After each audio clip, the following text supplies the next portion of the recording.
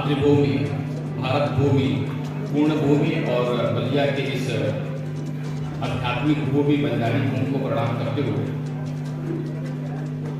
अभी जिनका हम लोगों ने उद्बोधन सुना है, इसी धरती के और उस परिक्षेत्र के जहाँ पर कि उपजाऊ भूमि के साथ एक उर्वरक या उपजाऊ मस्तिष्क भी है, ऐसे अपने बीच में माननीय राज्यसभा उपसभापति आदरणीय हरबंस जी ने हम लोगों को मार्गदर्शन किया है। सबका नाम ना लेकर मैं जननायक चंद्रशेखर विश्वविद्यालय की तरफ से, अपनी तरफ से सभी को हृदय से प्रणाम निवेदित करता हूँ, सभी के मंगल की कामना करता हूँ। बीच बीच में रेफरेंस आए, अभी जब मैं आदरणीय हरबंस जी को सुन रहा था, उनकी व्याकुलता, उनका देश के अंदर जगह जगह पर जाने का जो क्रम, उनकी एक लंबी साहसिक और आध्यात्मिक और कह सकते हैं कि एक अकादमिक जो यात्रा है, उस यात्रा की व्याकुलता अपने पत्रकारिता जीवन में जो उन्होंने अनुभव किया और आने वाले भविष्य की चिंता आपने समुद्र की। तकनीकी से हमारा पिंड नहीं छूटने वाला है, तकनीकी से हम बचने वाले नहीं हैं, तकनीकी को अपना आधार बनाना है।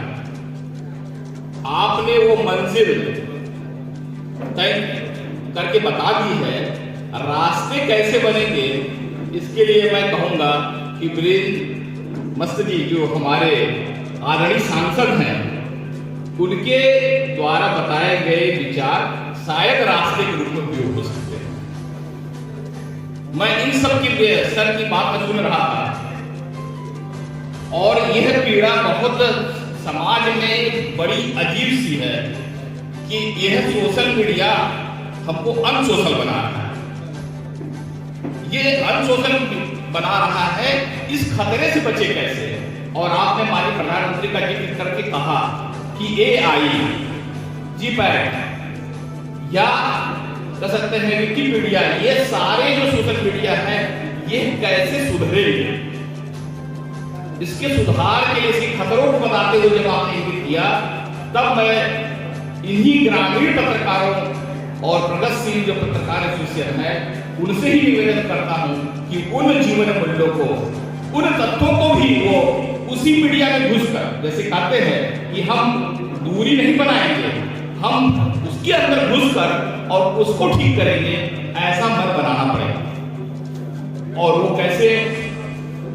पत्रकारिता का सीधा सीधा एक ही लक्ष्य होता है जो मैं मानता हूं, लोक कल्याण। लोक कल्याण यही मंत्र है। और वो लोक कल्याण शायद बहुत दर्दनाक भी लगता है जब नारद को मैं देखता हूं। आद्य पत्रकार है नारद जी, वो जगह जगह पहुंच जाते हैं। नारद आप बता दीजिए कि क्या अभी की बात कहीं नहीं किया और हित ही हुआ लंबे समय में जाकर। ऐसा आद्य पत्रकार नारद जी, वो पत्रकारिता का स्वरूप जो कष्टकर भी है, लेकिन वो अंत में कल्याणकारी होगा। यह ऐसा मन बनाना पड़ेगा।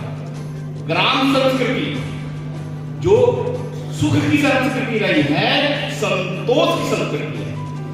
ग्राम संस्कृति जो संस्कार की संस्कृति है, जो बचत की संस्कृति है, जो गीता, गाय और कह सकते हैं कि गांव की संस्कृति में पलने वाले लोग हैं, वो संस्कृति है।